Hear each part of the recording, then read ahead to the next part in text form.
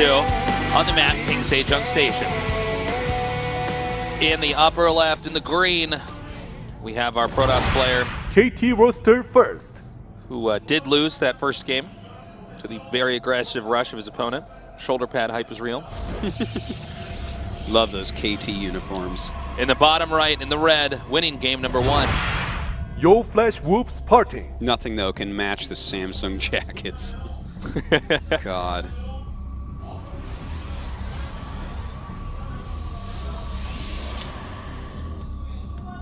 All right, Tosis. Yes, indeed.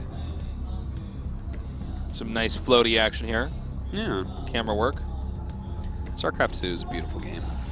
Well, one thing that really occurred with StarCraft II that I don't think had happened yet was to make this game, to put in an interface here that you actually can put this game on TV. Yeah. And it's completely spectatable. Like, Brood War was not made to be on TV. Certainly It was not, I mean, it in fact turned out to be very successful when it went on TV, but it was not engineered with these production tabs that would show us stuff, or you could zoom in or zoom out. So that's a really cool thing that I like, is just making this more palatable to the eyes of new viewers. Be like, okay, I can kind of watch this and basically figure out what's going on. Well, it's certainly paid off, Tasis, I would say. It did. StarCraft II esports, pretty sick. Pretty awesome. A little bit of scouting going around. They want to make sure that there's no proxy gates like we saw before.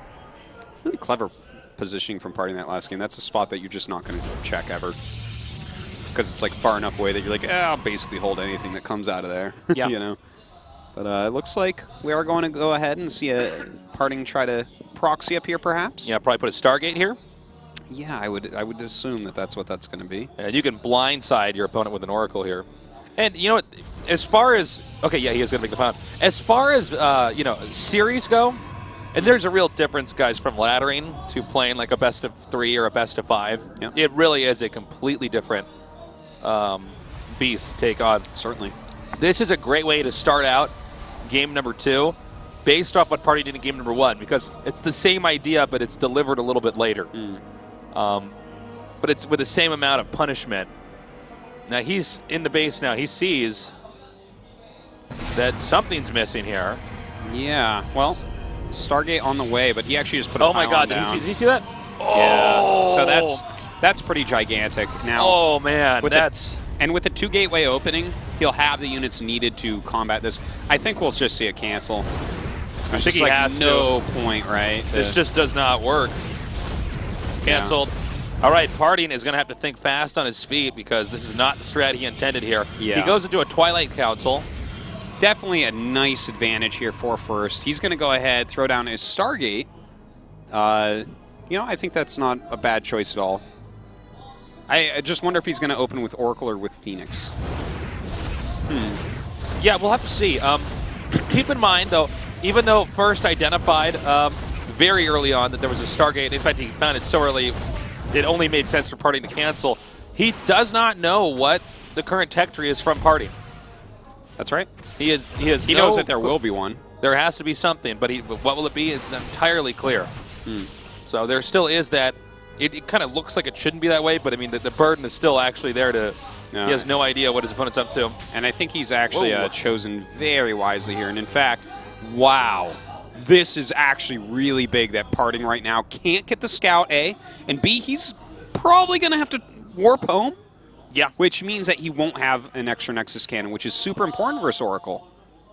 This is actually like, I mean, he has to be pretty happy with this. First does.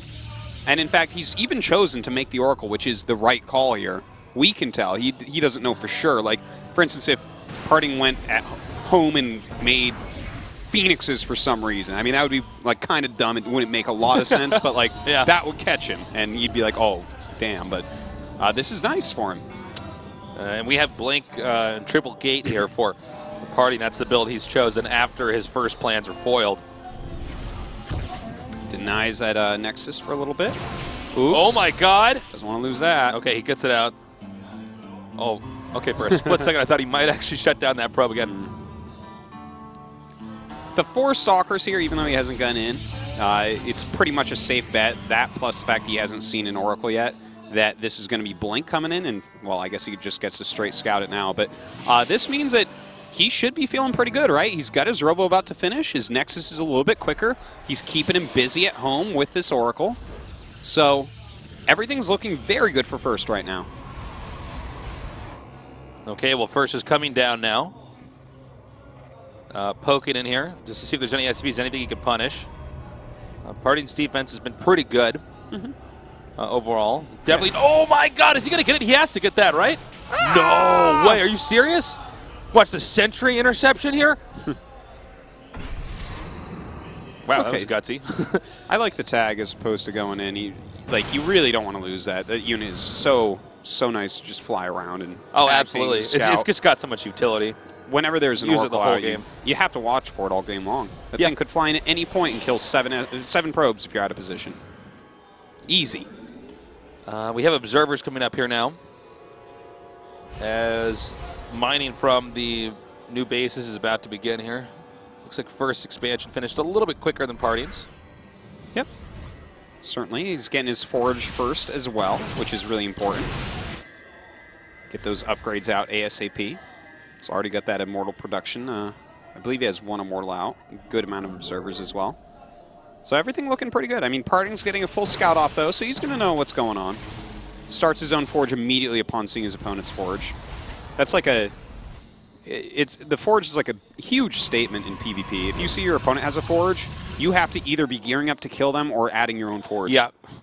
I like how you put that, because there's no alternative to those two. Yeah. Either you just try to stay up with the upgrades, or you try to end the game basically immediately. Attack upgrades are ridiculously good in this matchup. Now, we do have an Immortal being made, which will be Immortal number 2 for First, and he's going for Colossus Tech, which PartinG is as well. So there's a lot of options that you can go with.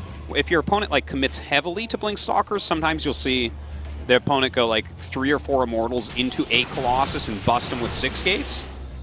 We could see something like that. We could see him just go into regular macro play as well. Oh, nice. And the targeting has already begun. A bit of a lead here for PartinG. And he blinks out there. That was a favorable trade for him. Nicely done. Yeah, supplies, by the way, 82 to 69. So First definitely in a lead. A lot of that does have to do with the fact that he got his Nexus up quicker at the natural. By the way, that's 3 gates tasteless. Ruh-roh. We could be seeing him going to try to bust. That could be a possibility here. Because, when your opponent goes Blink and has quite a few Blink Stalkers, if you get enough Immortals out and something to stomp force fields, that can be something that just kills him. But no, it doesn't look like it. First, adding some other tech as well, getting Thermal Lance. Oh, he's going to grabbing a Twilight. This is huge. Okay, takes out that Oracle. Nice. That gives PartinG a lot more freedom to move around the map, especially with Blink Stalkers.